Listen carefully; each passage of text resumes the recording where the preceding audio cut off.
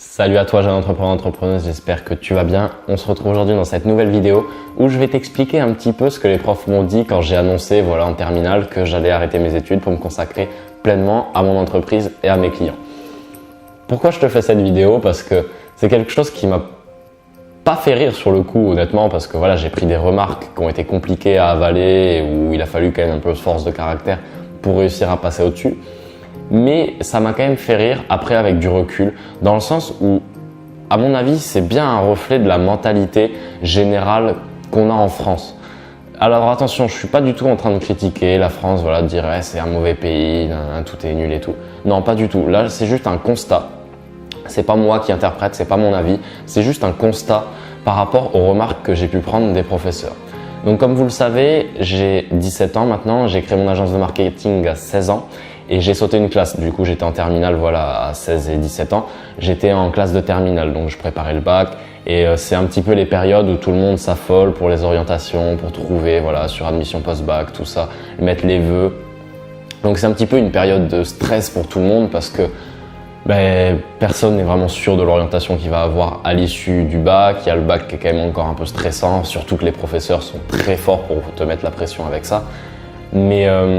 Et moi, je leur ai annoncé rapidement que de toute façon, j'allais pas continuer les études, que j'allais me concentrer sur mon entreprise à fond, même si j'avais pas encore des résultats énormes, mais je leur ai dit que j'allais me concentrer sur mon entreprise.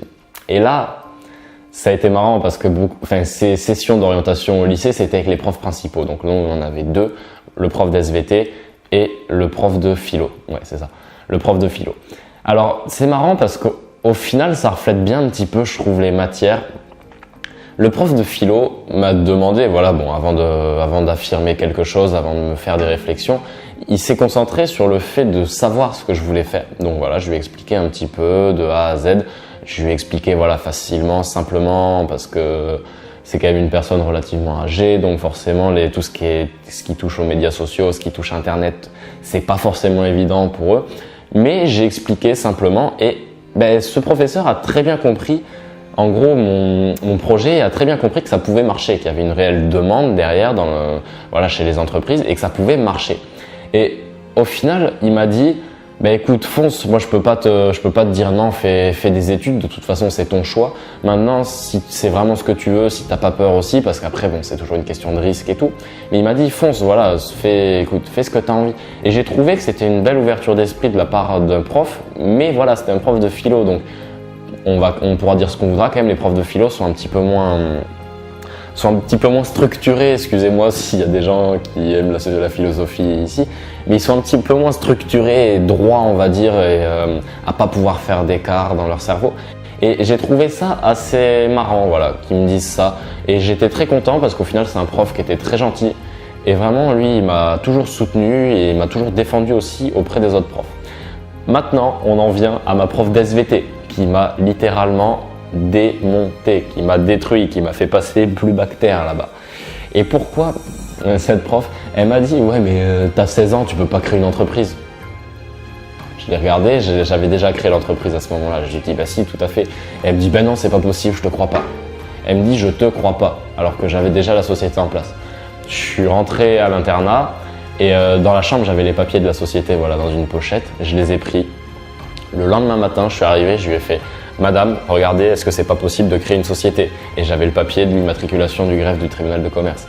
Et là, elle m'a dit ah ouais, mais comment t'as fait tout ça? Donc déjà là, à partir de là, elle a mal pris parce qu'en plus moi, vu que j'ai vu qu'elle me prenait tout de suite pour un con un peu, je suis un petit peu je rentre dans le jeu et je la prends aussi pour une conne. Et ça a été un peu c'est aussi un défaut, je devrais peut-être pas faire ça parce que la personne est quand même plus vieille que moi. Je devrais rester vraiment à ma place, mais j'ai eu du mal, quand il y a plein de remarques comme ça. Et après, elle m'a dit ouais, mais de toute façon, si tu veux te faire embaucher dans une entreprise alors que t'as pas de diplôme, tu pourras pas. Et je lui ai fait mais madame, je suis en train de vous expliquer que je crée ma société, c'est pas pour me faire embaucher dans une autre dans 1 an ou 2. Alors après, certes, on ne sait pas ce qui peut arriver. Je peux tout à fait avoir besoin de trouver un travail dans une entreprise, un CDI, tout ça. Pour l'instant, c'est pas le cas. Et j'espère que ce ne sera pas le cas. Mais c'était très fermé, impossible à la discussion. J'avais tort dans tous les cas avec elle. Et c'est là où cette prof, au final, j'ai arrêté de parler avec elle, j'ai arrêté de défendre mes idées, mes convictions, parce que ça servait à rien. De toute façon, elle était toujours sur la défensive, elle voulait rien comprendre, elle était têtue comme une bourrique. Donc vraiment, cette personne, par contre, ça servait à rien de parler avec elle. Maintenant, j'en viens au deuxième prof d'SVT, parce que j'étais en S, spécialité SVT, donc on avait un prof d'SVT et un prof de spécialité SVT. Et ce prof de spécialité SVT, devant 20 personnes, m'a dit « Ah bah c'est bien, je te retrouverai devant les portes de Pôle emploi. Les gens qui n'ont pas d'ambition, comme ça, nanani, nanana. » 3 petits points en gros. Il a dit ça devant 20 personnes en me parlant à moi directement. Alors là, je vous assure que c'est très blessant parce que au final, j'avais déjà des résultats quand il m'a dit ça. Et je lui ai montré, voilà, parce que là je me suis levé, je lui ai dit écoutez, je me bats pour avoir la vie que je veux, voilà, je bosse 30 heures semaine sur mon entreprise, j'ai les cours à gérer, le foot, vos contrôles qui servent à rien, je lui ai dit comme ça. Et au final, il m'a dit si t'es pas content, tu pars du cours. Et je suis parti du cours et on s'est retrouvé devant la CPE après à parler. Et la CPE, elle a compris un petit peu pourquoi je m'étais vexé à ce point-là, parce que c'est quand même vachement blessant. Voilà, tu dis ça à un jeune de 17 ans, je te retrouverai devant les portes de Pôle emploi, devant 20 personnes, de 20 camarades qui vont faire tous « Oh, il t'a tué et tout ». Donc au final, non, là ça touche vraiment à l'ego, ça touche profond. Mais au final, ça a été qu'une source de motivation en plus, de me dire, voilà, fin d'année, je gagne plus que lui, que ce que lui a gagné en une vie presque, tu vois. Je me suis dit, vraiment, c'est un objectif maintenant. Lui, ce prof, je reviendrai le voir dans 3 ans avec une grosse voiture et à faire un rupteur devant sa salle d'SVT, voilà, et je lui ferai coucou par la fenêtre. Ça peut paraître un petit peu insolent, un petit peu frimeur, voilà, de dire ça. Mais au final, ces gens-là qui vous rabaissent, ne les écoutez pas. Prenez ça comme une motivation et dire, ouais, écoutez, je vais vous montrer si c'est pas possible. Et maintenant, dernier point, au conseil de classe, moi je suis pas délégué donc j'ai pas vu, on m'a raconté ça. C'est le principal qui a dit c'est quoi ces jeunes qui veulent faire n'importe quoi dans leur vie. Bon voilà, moi après le principal je l'ai pas eu en face de moi, j'ai rien pu répondre à ce moment-là. Mais ça montre, voilà, tout ça montre que dès qu'on sort un petit peu du système classique de études, enfin lycée, même collège si on part de plus loin, lycée, après le lycée, études supérieures, études pendant 5-7 ans, travail jusqu'à 60 ans et puis retraite, mais tu as 60 ans donc tu peux plus profiter autant.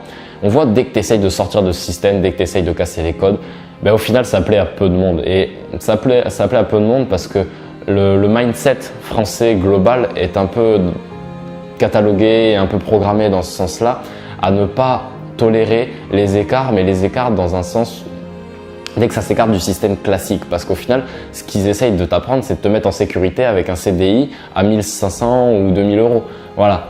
Mais moi, j'ai des ambitions de vie un peu plus élevées, j'ai envie de pouvoir faire ce que je veux, quand je veux, où je veux. Et pour ça, voilà, faut pas se mentir, il faut de l'argent. Et pour gagner de l'argent, à mon avis, il faut sortir des codes et on ne deviendra jamais millionnaire en restant salarié. Donc ça, moi, c'était vraiment ma vision que j'ai eue depuis un moment. C'est voilà, mon état d'esprit, c'est ce que j'ai toujours défendu, c'est mes convictions. Et j'ai toujours défendu ça et à mon avis, les gros résultats arrivent par des prises de décision fortes avec un vrai impact dans votre vie. Et à mon avis, moi pour l'instant, la plus grosse décision que j'ai faite, c'est d'arrêter net mes études alors que je n'étais pas un mauvais élève.